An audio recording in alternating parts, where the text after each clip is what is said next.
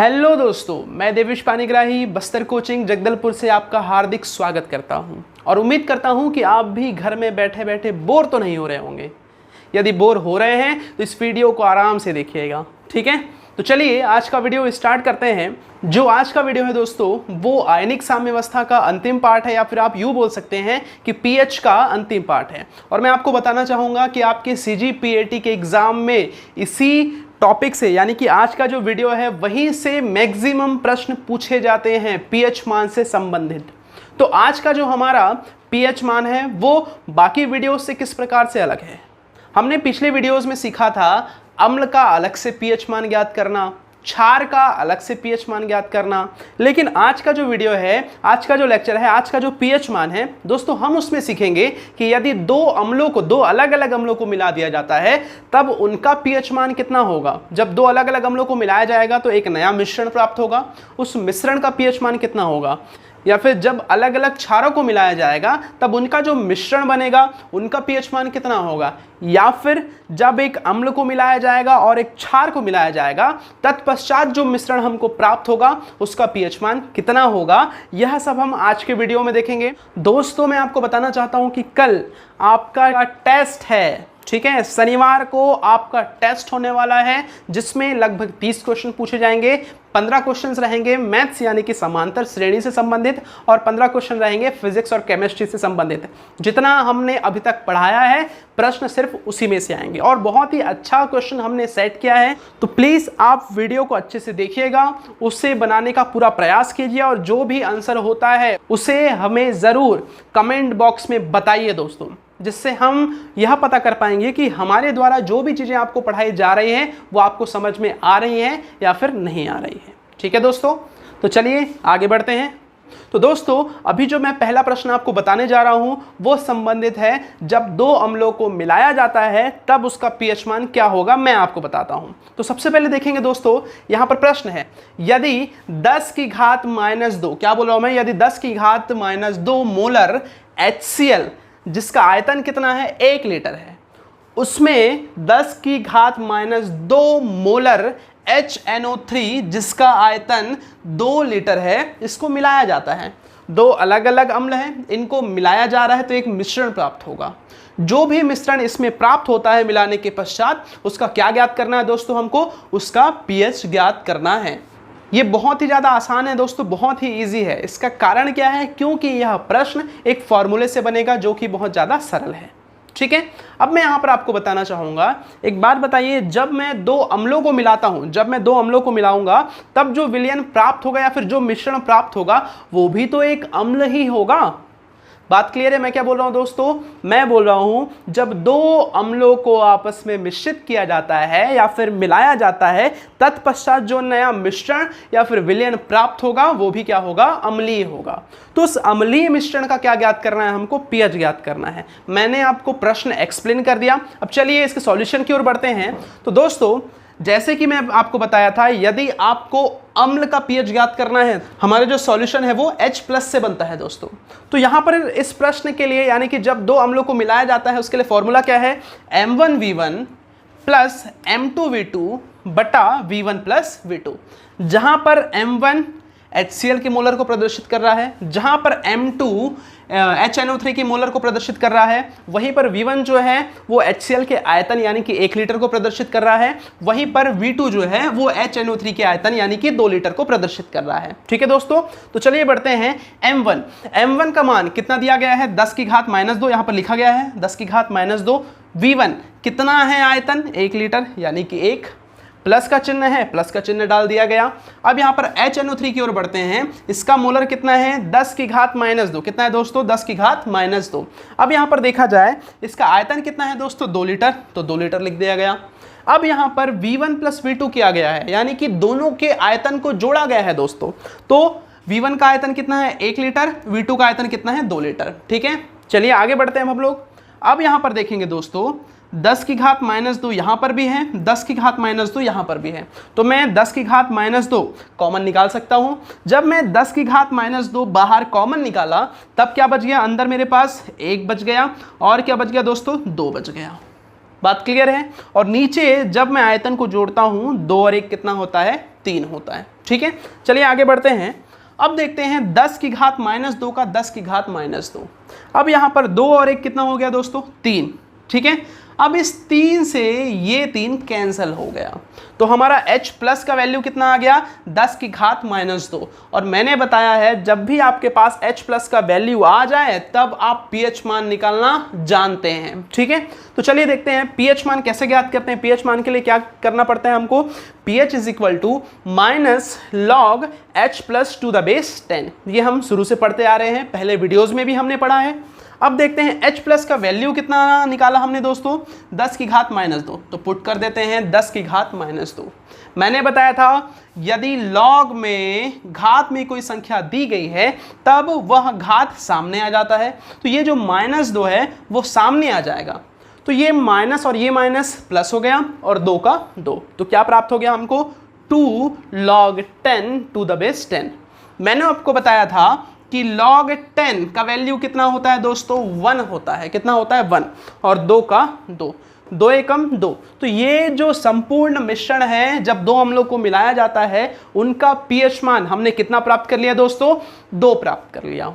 ठीक है, अब जो हम आगे बढ़ेंगे वो हमको पढ़ना है जब क्षार और क्षार को मिलाया जाता है। जब क्षार और क्षार को मिलाया जाता है तत्पश्चात जो हमको मिश्रण प्राप्त होगा तब वह क्या होगा? क्षार होगा। उस स्थिति में हमें उसका pH ज्ञात करना है। तो चलिए देखते हैं प्रश्न को। तो प्रश्न है यदि 10 की घात -3 मोलर क्या है हमारे पास? NaOH है, जिसका आयतन कितना है? 2 लीटर है। उसमें क्या मिलाया जाता है? 10 की घात -2 मोलर KOH मिलाया जाता है, जिसका आयतन 1 लीटर है। ठीक है दोस्तों, इसको जब हम मिलाते हैं तब जो मिश्रण प्राप्त होता है दोस्तों, जो क्षारीय मिश्रण हमें प्राप्त होता है उसका pH ज्ञात करना है। क्षारीय मिश्रण क्यों बोल रहा हूं दोस्तों? जब दो क्षारों को मिलाया जाएगा तब जो विलयन या मिश्रण प्राप्त होगा वो भी तो क्या होगा? क्षारीय होगा। तो दोस्तों प्रक्रिया वही है, फॉर्मूला वही है। तो यहाँ पर दोस्तों क्षार को हम लोग क्या से प्रदर्शित करते हैं? OH माइनस से। जैसे अम्ल को हम लोग क्या से प्रदर्शित कर रहे थे? H प्लस से, वैसे ही क्षार को OH माइनस से। ठीक है, अब यहाँ पर देखिए फॉर्मूला वही है M1V1 प्लस M2V2 बटा V1 प्लस V2। दोस्तों अब जो वैल्यूज़ हैं उनको पुट करते हैं। M1 का वैल्यू 10 की घात -3, इसका वॉल्यूम या फिर आयतन कितना है? 2 लीटर, प्लस इसमें मोलर कितना है? 10 की घात -2, यानी कि M2 का वैल्यू 10 की घात -2 और इसका आयतन कितना है? 1 लीटर, बटा आयतन का योग 2 + 1 कितना था? V1 का वैल्यू 2 था और V2 का वैल्यू 1 था, तो 2 + 1। अब यहाँ पर देखेंगे दोस्तों, यदि आपने मेरा पिछला वीडियो देखा है, ये मैथमेटिक कॉन्सेप्ट है दोस्तों। ठीक है, यदि आपने मेरा पिछला वीडियो नहीं देखा है तो प्लीज़ उसे देख लीजिए, आपको ईजिली समझ में आ जाएगा। अब देखिए यहाँ पर से 10 की घात -3 यदि मैं कॉमन निकालता हूँ, 10 की घात -3, जब यहाँ से 10 की घात -3 कॉमन निकला तो यहाँ पर क्या बच गया? 2 बच गया। जब यहाँ से 10 की घात, आप सोच रहे होंगे यहाँ पर 10 की घात -2 है तो 10 की घात -3 कैसे कॉमन निकाला जा सकता है? यही मैंने पिछले वीडियो में, पिछले कुछ वीडियोस में क्लियर किया है दोस्तों, आप ध्यान से देख लेंगे उसे। तो जब मैं यहाँ से 10 की घात -3 बाहर निकालता हूँ तब मेरे पास क्या बच जाता है? 10 बच जाता है। बात क्लियर है? और बटे में 2 + 1 3 हो गया। ठीक है, आगे बढ़ते हैं। 10 की घात -3, 10 और 2 12, और यहाँ पर कितना है? 3, 3 एकम 3, 3 चौक 12। ठीक है, तो क्या आ गया हमारा? 10 की घात -3 गुणा 4। तो OH माइनस का वैल्यू, तो देखिए दोस्तों मैं 4 को 2 की घात 2 लिख सकता हूं, क्योंकि 2 दूनी कितना होता है? 4 होता है, और 10 की घात -3 का 10 की घात -3। अब यदि यहां पर देखा जाए, हम अम्ल के लिए pH निकाल रहे थे, लेकिन क्षार के लिए हमको POH निकालना पड़ता है। तो दोस्तों POH इज इक्वल टू क्या होता है? फॉर्मूला वही है, minus log OH minus two the base 10। ठीक है, अब देखिए हमने OH माइनस का वैल्यू कितना निकाला? 2 की घात 2 गुणा 10 की घात -3। ठीक है, अब देखते हैं log A गुणा B वाले फॉर्मूला से। जब log A गुणा B होता है तो क्या लिख सकते हैं हम लोग दोस्तों? उसको log A plus log B। तो यहां पर देखते हैं, माइनस मैंने बाहर निकाल लिया, ब्रैकेट से पूरा बाहर माइनस निकाल लिया है। अब देखिए log A के प्लेस पे कितना है? 2 की घात 2 प्लस log B के प्लेस में कितना है? 10 की घात -3। ठीक है, यहां पर मैंने लिख लिया है, यदि आपको दिख रहा होगा तो। अब देखते हैं, अब मैंने बताया था दोस्तों log का प्रॉपर्टी होता है, यदि log में कोई संख्या और उसके घात में कोई संख्या है तो घात में जो भी संख्या होती है वो सामने आ जाती है। तो यहाँ पर 2 की घात में 2 है, वो सामने आ जाएगा और क्या हो जाएगा? 2 log 2 to the base 10। अब देखिए दोस्तों यहाँ पर ये जो 10 के घात में -3 है वो log की प्रॉपर्टी से सामने आ गया, तो ये -3 जब सामने आया तो ये -3 log 10 to the base 10। यदि आपको क्लियर दिख रहा होगा यहाँ से। अब देखते हैं 2 का 2 दोस्तों, और log 2 का वैल्यू कितना होता है 0.30। मैंने बताया था पिछले वीडियोस में log 2 का वैल्यू कितना होता है 0.30। माइनस का माइनस, और यहाँ पर log 10 का वैल्यू कितना होता है 1 होता है, तो 3 गुणा 1 कितना होगा 3 होगा। अब बातें क्लियर करते हैं, ये किसका वैल्यू निकाल रहे हैं हम, POH का वैल्यू निकाल रहे हैं। अब 2 गुणा 0.30, ठीक है, क्या बोल रहा हूँ मैं, 2 गुणा 0.30 कितना होता है दोस्तों 0.60, और ये जो माइनस है उसका माइनस, ठीक है। अब देखते हैं यहाँ पर 3 गुणा 1 कितना होता है 3 होता है, ये माइनस जो ब्रैकेट के बाहर का माइनस है वो, और 3 के सामने का माइनस जो है वो आपस से मिलकर क्या हो जाएंगे प्लस हो जाएंगे। और जब आप 3 में से 0.60 को माइनस करते हो तब आपको कितना मिलता है 2.4। दोस्तों यहाँ पर POH का वैल्यू कितना आ गया 2.4। अब मैंने आपको बताया था यदि कोई भी क्षार है तो उसका pH मान हमेशा 7 से अधिक होता है, लेकिन यहाँ पर कितना आ गया 2.4 जो कि 7 से कम है। कहने का मतलब अभी तक हम अपने आंसर पर नहीं पहुंचे हैं। तो मैंने आपको बताया था यदि इस प्रकार से आपका POH का वैल्यू आए तब आपको pH कैसे ज्ञात करना है। मैंने आपको संबंध बताया था pH plus POH is equal to 14, ठीक है। तो POH का वैल्यू रखते हैं, तो pH प्लस POH कितना आया 2.4 बराबर 14। ये 2.4 प्लस में उधर जाके क्या में होगा दोस्तों माइनस में, तो pH is equal to 14 minus 2.4। जब मैं 14 में से 2.4 को माइनस करूंगा तो कितना मिलेगा दोस्तों, यहाँ पर मिलेगा 11.6। तो pH का वैल्यू कितना आ गया 11.6। ठीक है दोस्तों, आई होप ये क्वेश्चन आपको अच्छे से समझ में आ गया होगा। अब जो हम आगे प्रश्न करने वाले हैं, जब दो अलग अलग मिश्रण, कहने का मतलब जब अम्ल और क्षार दोनों को मिलाया जाता है तत्पश्चात जो मिश्रण प्राप्त होगा उसका pH मान क्या होगा। तो देखते हैं प्रश्न को। तो प्रश्न कुछ इस प्रकार से है दोस्तों। प्रश्न है यदि 1/5 मोलर के HCl जिसका आयतन है 75 ml, उसमें 1/5 मोलर के NaOH जिसका आयतन है 25 ml को मिला दिया जाता है। आप देखेंगे तो HCl अम्ल हो गया और NaOH क्षार हो गया। जब अम्ल और क्षार को आपस में मिलाया जाता है तब उसके पश्चात जो मिश्रण प्राप्त होगा उसका pH कितना होगा दोस्तों। अब देखना है, मैं जो अभी आपको बताने वाला हूं दोस्तों अच्छे से समझेंगे, ये कॉन्सेप्ट है। एक बात बताइए, यहां पर HCl यानी कि अम्ल का आयतन कितना है 75 ml, यहां पर क्षार का यानी कि NaOH का आयतन कितना है 25 ml। यदि यहां पर देखा जाए तो HCl यानी कि अम्ल जो है वो आयतन के आधार पर ज्यादा है, ठीक है। जब हम अम्ल और क्षार को मिलाएंगे तो यहाँ पर अम्ल की मात्रा ज़्यादा होगी दोस्तों, इस कारण पूरा जो विलयन है, पूरा जो मिश्रण है वो क्या हो जाएगा दोस्तों, अम्लीय हो जाएगा। क्यों? क्योंकि अम्ल की मात्रा आयतन में ज़्यादा है। कितनी है 75 ml, इस कारण जो पूरा का पूरा मिश्रण होगा वो भी क्या हो जाएगा, आपका अम्लीय हो जाएगा।